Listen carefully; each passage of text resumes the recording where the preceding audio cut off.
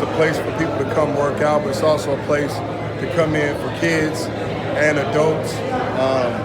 This place has been a safe haven for so many kids for so many years to come in and pick up a skill, to get them off the street, kind of guide them into a different direction outside of what's going on, the negative stuff, get them into boxing. It teaches discipline, teaches responsibility, it teaches all those different things.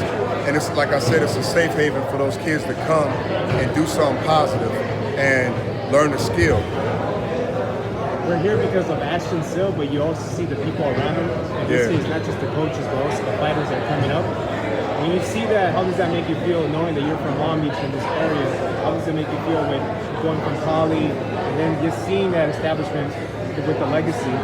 Well, going to Poly is a tradition. If you're from Long Beach or anywhere near Long Beach, it's kind of bad if you're not at Long Beach Poly. Like, it's a tradition. That's home. That's a family. That's something you should go to. It's, you know, that's just what it is. And Ashton is family. Been knowing him since he was born, a little baby, all his family all the way up. His dad, his uncles, everybody. So everybody's family. So in our community and in this city, that's just how we, that's just how we ride with each other. And you keep, Long Beach Poly, you can go through a long list of celebrities that's come out of Poly and athletes in a lot of different sports, not just football, but track and basketball and baseball. And that's just what it is, man. Long Beach is a melting pot of unbelievable talent and people with unique skill sets. And we try to keep all our family and all our people right here in the city to represent, especially once they leave here, they represent where they're from. And it has a lot to do with their DNA and their makeup and their success. And then they come back and they spread that love, to the younger generation. When you see NCAA football players going from college to football, you know exactly based on your experience, like, oh, he has it. He's going to be one of them. In the case of Ashton Sill, how do you feel about him being that type of it factor in the sport of boxing? Well, Ashton played football too. He's a unique athlete. He did a lot of different things, but boxing is his love. Boxing is what he's been doing since he was a kid. His dad has been there training him one-on-one, showing him that love, showing him that skill set, teaching him that. And for him to sacrifice so much, what he has already done, he's only 16, and to show the work ethic and everything he's put into it, and the small, the little bit of success he's had already, it was time. It was time for him to do what he needed to do. He's reached a certain point in his boxing career where he's ready to take it to another level, and he's got the city of Long Beach backing him and supporting him. If you were to give him advice, he's right here, right now, what do you tell him about being a professional athlete and setting the standard, being not just a role model, but basically setting a legacy for the city of Long Beach in itself? Well, first of all, being a professional means you got to act like a professional at all times.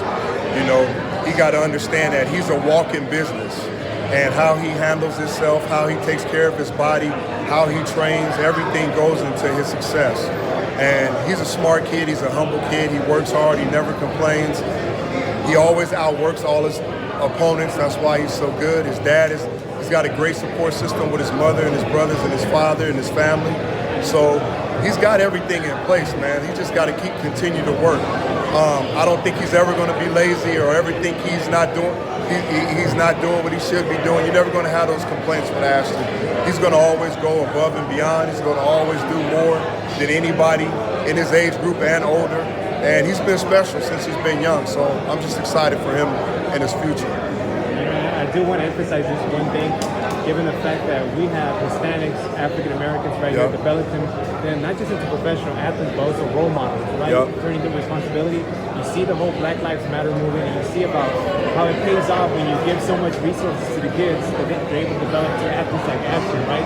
Can you talk to me about that, think about what's going on with Black Lives Matter and giving out resources to individuals of low income in the city? Well, in our country, we're facing some tough times now, especially with the systematic racism and all the different things that's going on with Black Lives Matter.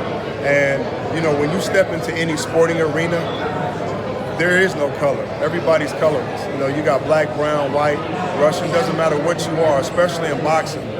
Athletes come from all over the country, and our world should be the same. It should be equality for all, and it just haven't been happening. So people are standing up. People are using their platforms and their social media to support what's right, and people who are not affected by it, the good people who understand they got the right mind of thinking, that are compassionate, and show empathy, they're supporting it as well. So when you walk into Jackrabbit gym, you're gonna see black, you're gonna see Hispanic, you're gonna see Polynesian, you're gonna see everything, because we're family here, and it's not about color.